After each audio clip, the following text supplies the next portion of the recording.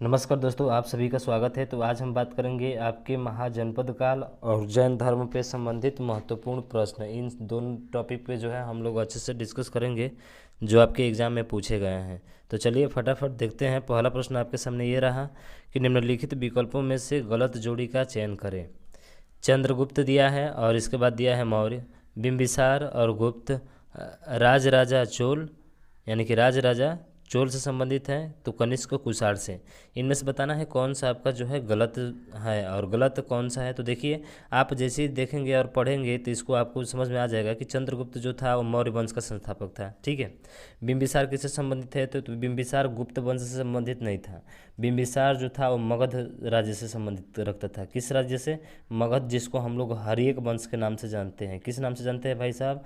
हर्यक वंश के नाम से जानते हैं। इसका मतलब कि हमारा जो विकल्प बी है वो गलत है और यही हमारा पूछा हुआ है कि कौन सा विकल्प आपका गलत है, तो ऑप्शन नंबर बी क्या होगा? राइट आंसर होगा। बाकी ये तीनों आपके क्या हैं? सही हैं।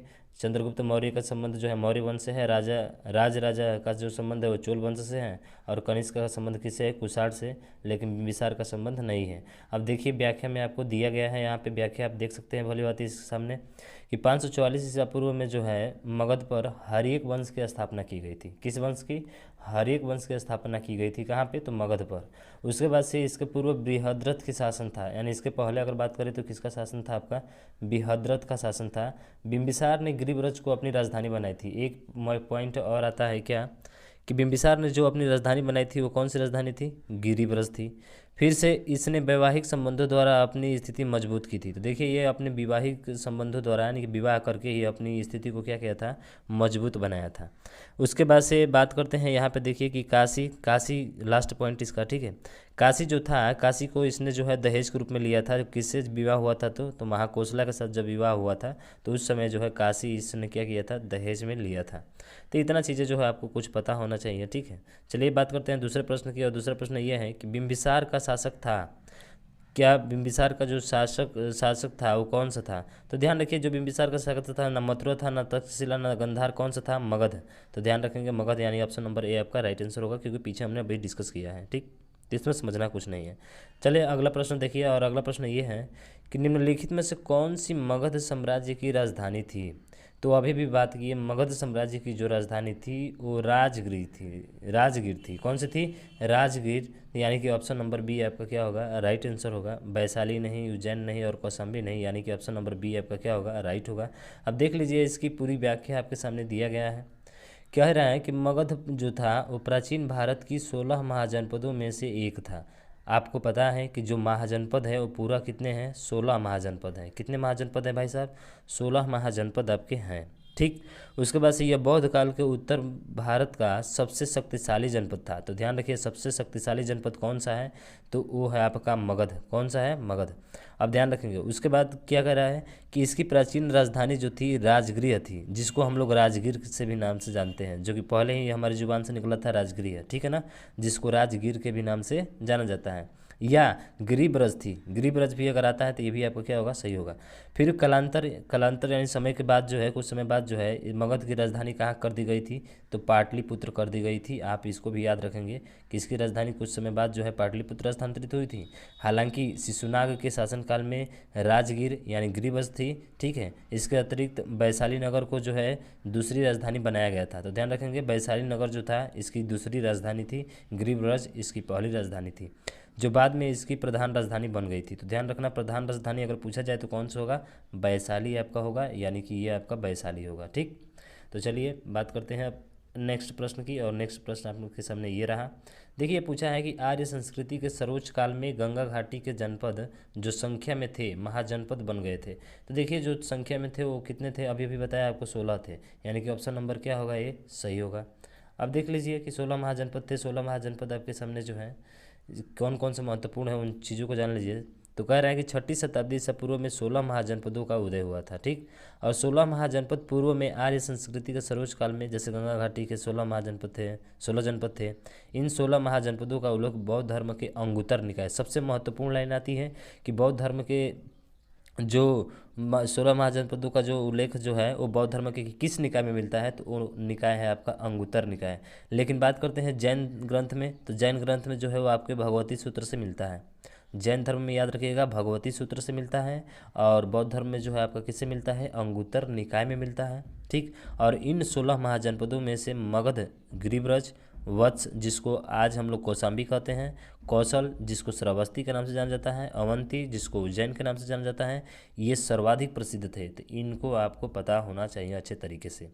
फिर बात करते हैं कि प्राचीन भारत में राज्य या प्रशासनिक इकाइयों को क्या कहा जाता था। तो ध्यान रखिए, ये भी प्रश्न पूछा जा सकता है कि प्राचीन भारत में राज्य या प्रशासनिक इकाइयों को क्या कहा जाता है। तो महाजनपद कहा जाता था। क्या कहा जाता था, प्रशासनिक इकाइयों को महाजनपद कहा जाता था। ठीक है, चलिए अगला प्रश्न आपके सामने ये है कि प्राचीन काल में अवध को किस नाम से जाना जाता है। अब देखिए यहाँ पे जो बात करते हैं कि प्राचीन काल में पूछ रहा है कि अवध को हम लोग किस नाम से जानते हैं, कौशल के नाम से जानते हैं, कौशाम्बी के नाम से जानते हैं, कपिलवस्तु के नाम से जानते हैं, या फिर काशी के नाम से जानते हैं।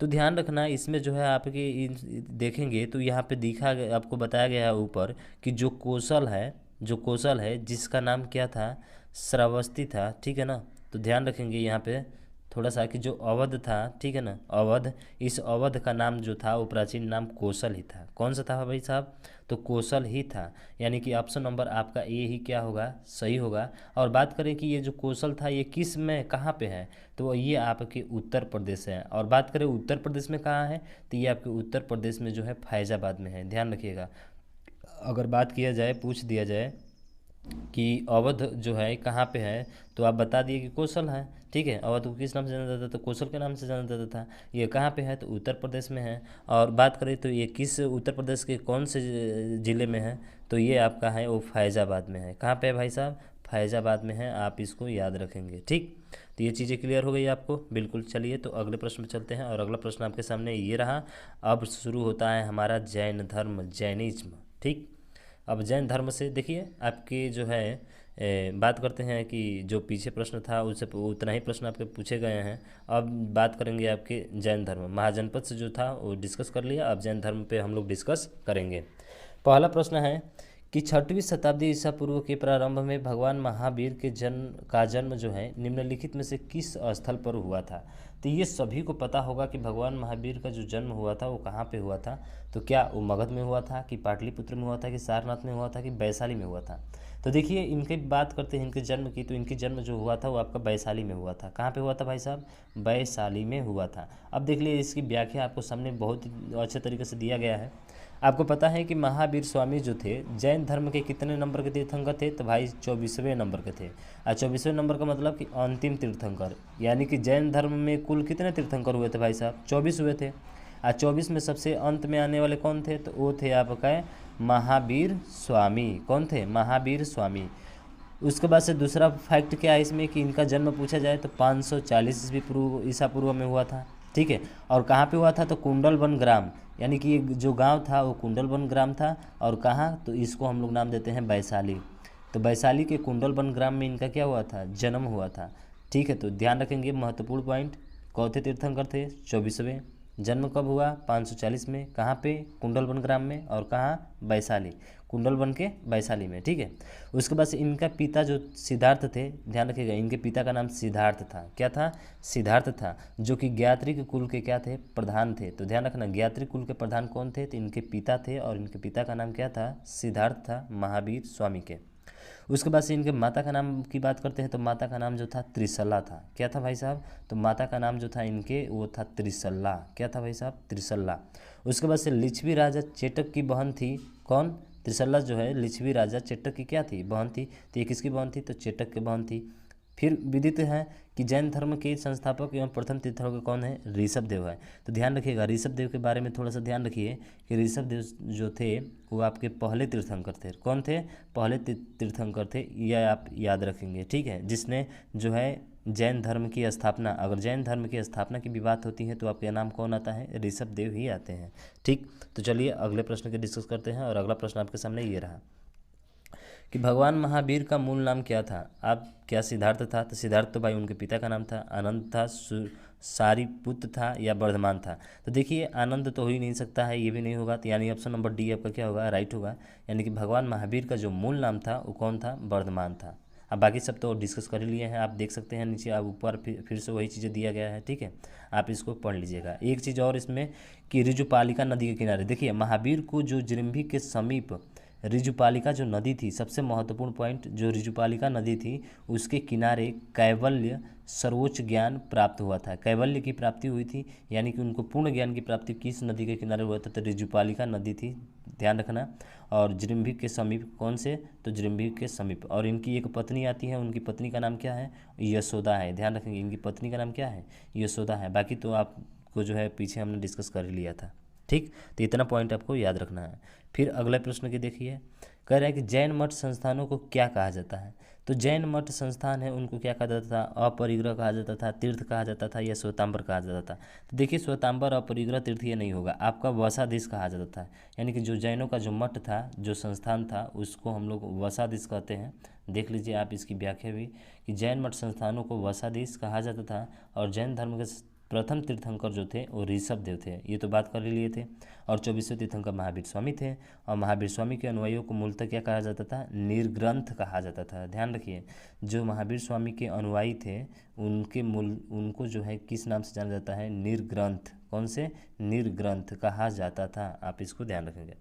अगले प्रश्न की बात करें तो अगला प्रश्न है आपके सामने कि महावीर तीर्थंकरों में अंतिम तीर्थंकर माने जाते हैं। तो आपको पता है कि जो अंतिम तीर्थंकर माने जाते हैं वो कौन से हैं, तो भगवान महावीर हैं। और कितने तीर्थंकर हुआ करते थे, तो टोटल 24। और ये कितने नंबर के थे, तो 24वें नंबर के थे। यानी कि ऑप्शन नंबर आपका क्या होगा, सी राइट आंसर होगा, ठीक है। देख लीजिए, तो अगले प्रश्न की बात करें। अब अगला प्रश्न है कि 24वें जैन तीर्थंकर का नाम क्या था। अरे भैया वही महावीर स्वामी, ये तो कुछ पूछना ही नहीं है, ठीक है। अब देख लीजिए, यहाँ पे दिया गया है आपका, आप देख सकते हैं, थोड़ा सा यहाँ पे ध्यान दीजिएगा कि जो प्रथम तीर्थंकर ऋषभ देव थे। और जैन धर्म दो समुदाय में बटा था, एक श्वेतांबर, एक दिगंबर। देखिए श्वेतांबर का मतलब होता है जो श्वेत वस्त्र धारण करते हैं, और दिगंबर का मतलब होता है जो श्वेत वस्त्र धारण नहीं करते हैं, जो नग्न अवस्था में रहते हैं, ठीक है, उनको दिगंबर कहा जाता है। फिर बात करते हैं इनकी जो भाषा थी, संस्कृत, प्राकृत और अपभ्रंश भाषाओं में यह साहित्य लिखा गया है।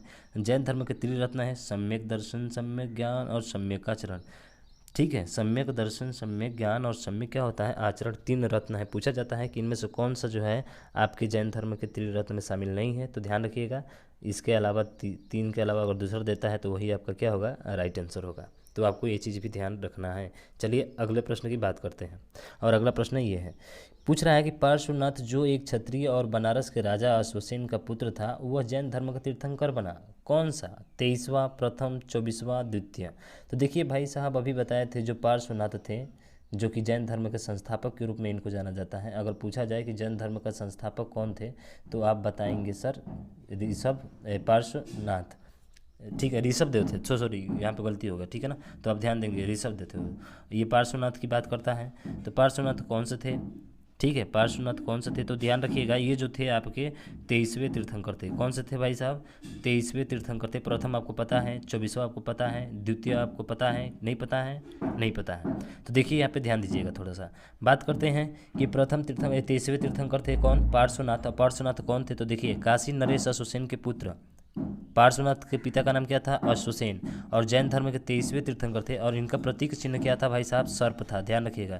इनका जो प्रतीक चिन्ह था, वो पूछा जाता है कि 23वें तीर्थंकर आपके पार्श्वनाथ का प्रतीक चिन्ह क्या है, तो सर्प है। पहला पॉइंट आप याद रखिएगा इसको, ठीक है।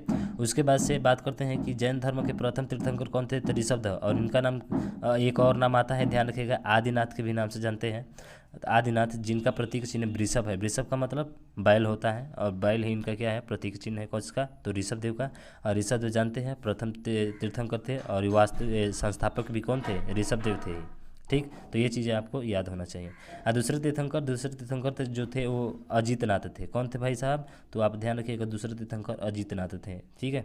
चलिए बात करते हैं अगले प्रश्न की। और अगला प्रश्न है कि त्रिरत्न की अवधारणा से संबंधित है। तो देखिए त्रिरत्न की अवधारणा से संबंधित कौन सा है, सिख धर्म है, जैन धर्म है, पारसी धर्म है, या बौद्ध धर्म है। तो इस प्रश्न में थोड़ा सा कन्फ्यूजन है, समझ रहे हैं ना। तो त्रिरत्न जो है, त्रिरत्न में शामिल आपका कौन सा है, ये नहीं पूछा है इसने कि जैन धर्म में शामिल है कि बौद्ध धर्म में शामिल है। क्योंकि बौद्ध धर्म में जो होता है, बुद्धम शरणम गच्छामि, बुद्ध की शरण में जाता है, बुद्ध सम और धम्म। यानी कि बौद्ध धर्म में जो होता है सिख धर्म में, जैन धर्म में और पारसी धर्म में। इसमें एक कुछ पूछा नहीं हमसे, ठीक है। तो इस ऑप्शन को जो है उसने डिलीट कर दिया, यानी कि बी और सी दोनों हो सकता है। जैन धर्म भी हो सकता है, बौद्ध धर्म भी हो सकता है। यानी कि देखिए यहाँ पे दिया गया है कि जैन धर्म के अनुसार त्रिरत्न सम्यक दर्शन, सम्यक ज्ञान, सम्यक आचरण है। बौद्ध धर्म के अनुसार त्रिरत्न बुद्धम शरणम गच्छामि, जैसे होता है ना कि बुद्ध की शरण में जाता हूँ, धम्म की शरण में जाता हूँ, संघ की शरण में जाता हूँ। तो 3 रत्न है। तो 3 रत्न में किसी का पूछा नहीं गया है, इसलिए नीचे दिया गया है आपको कि आरआरबी द्वारा इस प्रश्न को निरस्त कर दिया गया। क्या कर दिया गया भाई साहब? निरस्त कर दिया गया, क्योंकि जैन धर्म से होना था तो जैन धर्म भी सही होगा हमारा, और कौन सा होगा? बौद्ध धर्म भी सही होगा। तो ऐसे भी प्रश्न आपके डिलीट जरूर हो जाते हैं, ठीक है। होना भी चाहिए भाई, ठीक। अगला प्रश्न है, क्या है कि निम्नलिखित में से अनुसरण किए जाने वाले धर्म एवं पवित्र पुस्तिका की कौन सी जोड़ी असंगत है? क्या इस्लाम का कुरान होता है, सिख धर्म का गुरु ग्रंथ साहिब होता है, जैन धर्म का उपनिषद होता है, ईसाई धर्म का बाइबिल होता है? तो कौन सा ऐसा जोड़ी है जो असंगत है? तो भाई साहब वो है सी, जैन धर्म का उपनिषद नहीं होता है। देखिए, इस्लाम का याद रखिएगा कुरान होता है, सिख धर्म का गुरु ग्रंथ साहिब होता है, जैन धर्म का उपनिषद नहीं होता है, ईसाई धर्म का बाइबिल होता है। इसका मतलब है कि सर हमारा जो ऑप्शन नंबर ए है, ए कह रहे हैं, सॉरी सी है, वही आपका क्या होगा? राइट आंसर होगा। ये असंगत है। क्या है? असंगत है ये। तो असंगत है तो संगत क्या होगा इसका? देख लीजिए। तो जैन साहित्य का प्राचीनतम भाग आगम कहलाता है। क्या कहलाता है भाई साहब? जो प्राचीनतम भाग है वो आगम कहलाता है। और जैन रचनाकारों ने पुराण, काव्य, चरित काव्य तथा कथा काव्य, रास काव्य आदि ग्रंथों की रचनाएं की हैं। उसके बाद से उपनिषद, देखिए उपनिषद जो है हिंदू धर्म के महत्वपूर्ण श्रुति धर्म ग्रंथ है, और ये वैदिक वांग्मय के अभिन्न अंग है। और इनमें जो है परमेश्वर, परमात्मा, ब्रह्मा और आत्मा के स्वभाव और संबंध का बहुत ही दार्शनिक और ज्ञानपूर्वक वर्णन किया गया है। तो आप इनको ध्यान रखेंगे, ठीक है।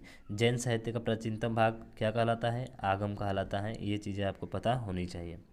फिर अगला प्रश्न है कि अगला प्रश्न क्या है कि जब शब्द श्वेतांबर से जुड़ा हुआ है, तो अभी बात किए थे भाई साहब, जैन धर्म में 2 भागों में बट गया था, एक दिगंबर एक श्वेतांबर, जिसमें आपका जैन धर्म आता है। यानी कि ऑप्शन नंबर बी क्या होगा?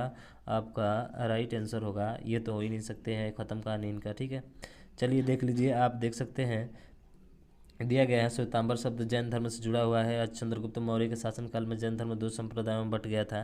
तो एक पूछा जाता है कि 2 संप्रदायों में कब बटा था? तो चंद्रगुप्त मौर्य के शासनकाल में बटा था। एक श्वेतांबर और एक क्या था? दिगंबर, ठीक है। श्वेतांबर संप्रदाय के अनुयायी जानते हैं सफ़ेद वस्त्र धारण करते हैं, और दिगंबर के समुदाय के क्या करते हैं? नग्न वस्त्र धारण करते हैं। तो ये आपके सामने रहे, और पूरा जो है आपके सामने हमने डिस्कस कर लिया। क्या? तो हमने डिस्कस किया आपका जैन धर्म, और उसके बाद से महाजनपद काल। क्या? महाजनपद काल, ठीक है। इन सब पे अच्छे तरीके से हमने डिस्कस कर लिया। जितने भी प्रश्न आपके पूछे गए थे, चाहे एनटीपीसी हो, ग्रुप डी हो, ठीक है, आरपीएफ हो, जो भी हो, तो मुझे आशा है कि चीज़ें आपको समझ में आई होगी। तो थोड़ा सा भाई साहब क्या काम करना है कि शेयर और कर देना, और सब्सक्राइब भी कर देना, और बेल आइकन को दबाना ना भूलना, क्योंकि जो भी वीडियो अपलोड हो तुरंत आपके पास पहुँचे, ठीक है।